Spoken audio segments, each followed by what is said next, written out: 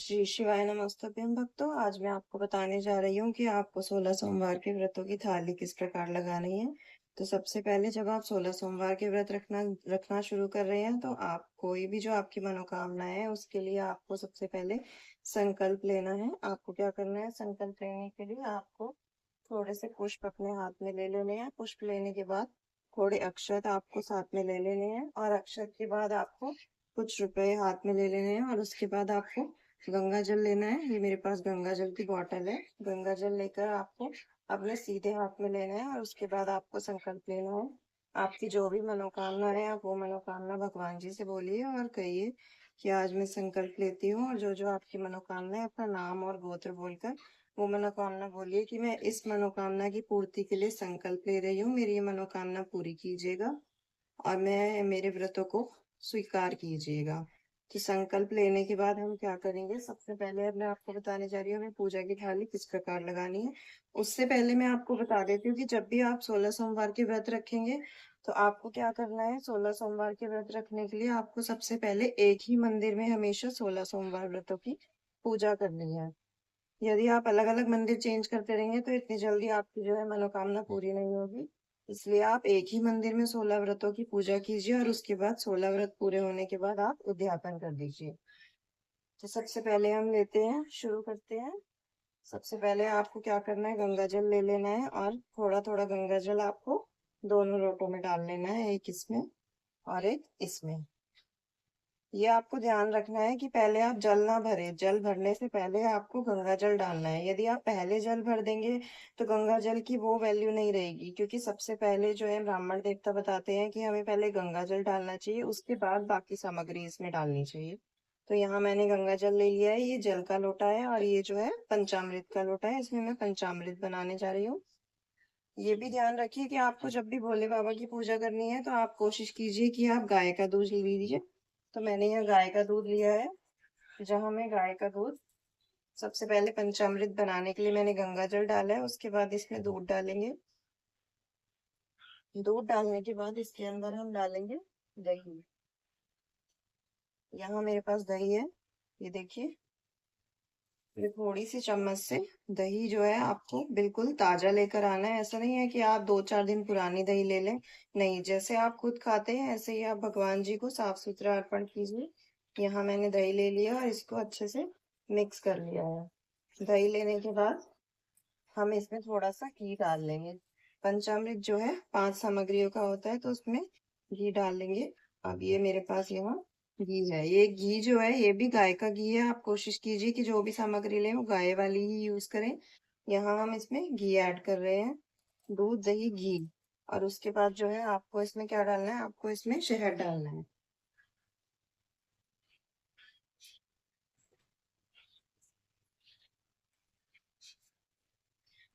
ये यहाँ मेरे पास डाबर का शहद है, तो अब इसमें हम थोड़ा सा शहद ऐड कर देंगे। ये देखिए,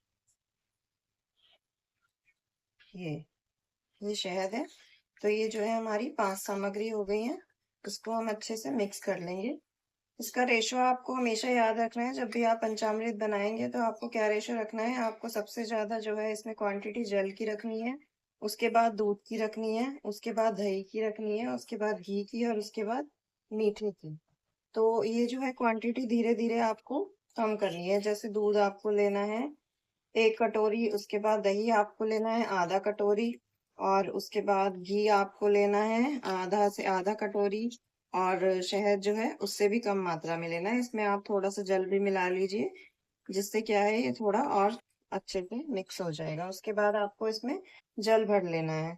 यहाँ क्या करना है, हमें जल लेकर भोले बाबा को चढ़ाने के लिए, जब हम पंचामृत का भोग लगाएंगे, पंचामृत चढ़ाएंगे, तो उसके बाद हमें जल से भी हिलाना पड़ेगा भोले बाबा को।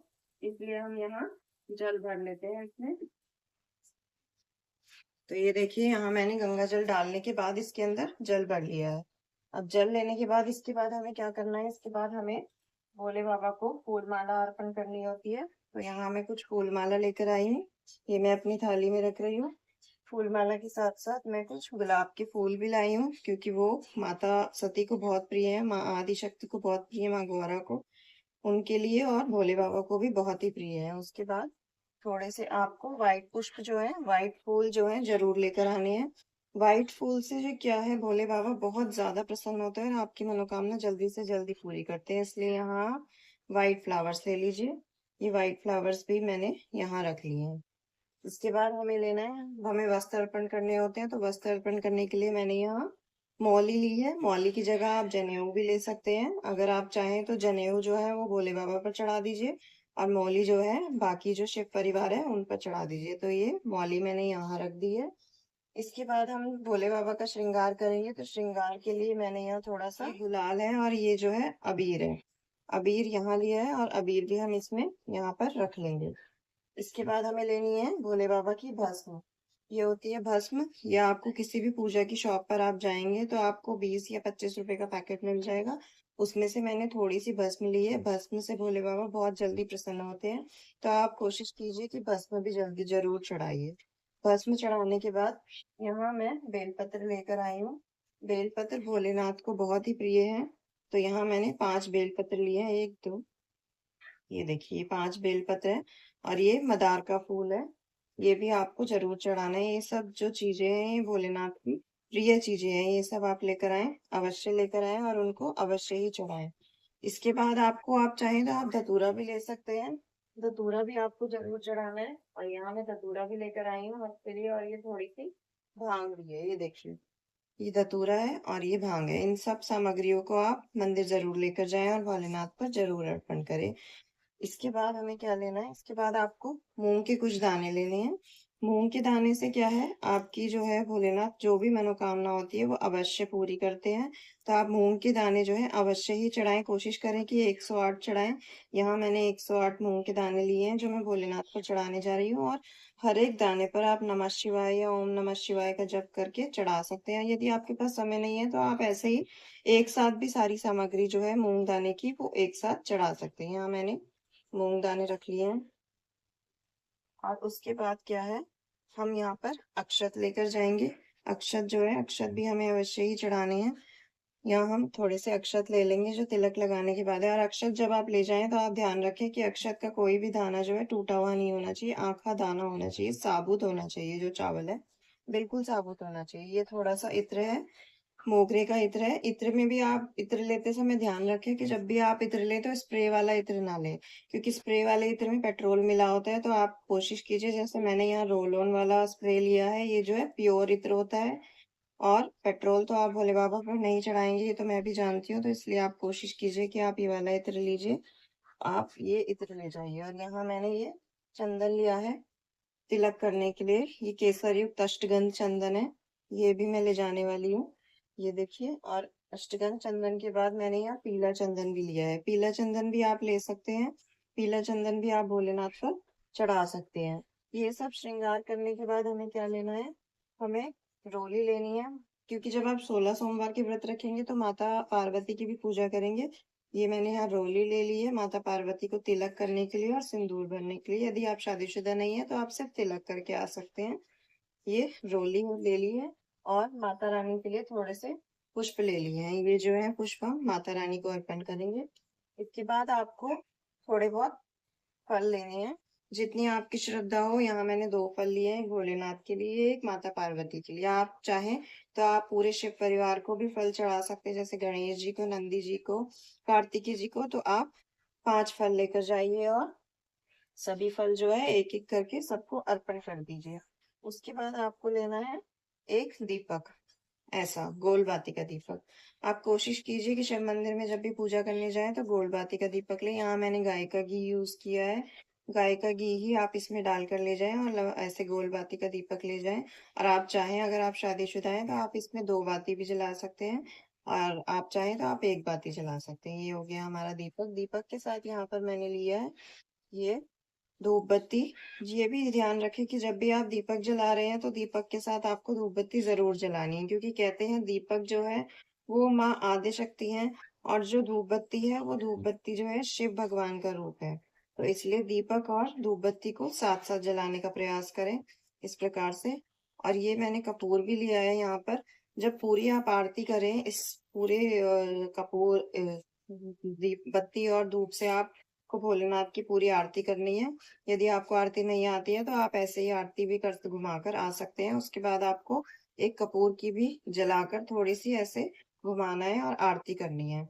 उससे क्या होगा, कपूर से भी भोलेनाथ जल्दी प्रसन्न होते हैं। उन्हें कपूर बहुत प्रिय है, जैसे कि आप सब जानते हैं कपूर सफ़ेद रंग का होता है। और दूसरी बात कि उनको प्रिय भी है। और उसके बाद आपको क्या करना है, आपको मीठे का भी भोग लगाना है। आप मीठा भी अवश्य ले जाएँ। आपने फल तो अर्पित कर दिए, लेकिन थोड़ी बहुत आप चीनी या गुड़ कुछ ले जा सकते हैं वहाँ भोलेनाथ पर, और सारे भगवान जी जो उनका शिव परिवार होता है, उन पर अर्पण कर सकते हैं। तो ये सब सामग्री हो गई है। उसके बाद आप आखिर में क्या करेंगे, आप आखिर में कुछ पैसे भी चढ़ा दीजिए वहाँ भोलेनाथ पर। पैसे चढ़ाने से क्या होता है कि आपसे कोई भी भूल-चूक हुई है आपकी पूजा के दौरान और आप कुछ भी सामग्री चढ़ाना भूल गए हैं, तो उससे जो है ये बोलकर चढ़ाइए कि प्रभु जो भी इस पूजा में कमी रह गई है, उसे स्वीकार कीजिए और ये दक्षिणा जो है स्वीकार कीजिए और मेरे मनोकामना पूरी कीजिए। इस प्रकार से आपको पूजा की थाली जो है लगानी है। आप एक बार देख लीजिए इसमें क्या-क्या है, जिससे कि आप कुछ भूल ना जाएँ। और हाँ, लास्ट चीज़, आपको माचिस ज़रूर लेकर जानी है। माचिस आपको किसी और की यूज़ नहीं करनी, ना ही किसी और के दीपक से आपको अपना दीपक जलाना है, क्योंकि यदि आप माचिस किसी और की ले लेते हैं, तो उसी के अकाउंट में आपकी पूजा ऐड हो जाती है। तो इसलिए आप कोशिश कीजिए कि माचिस भी अपनी ही लेकर जाइए।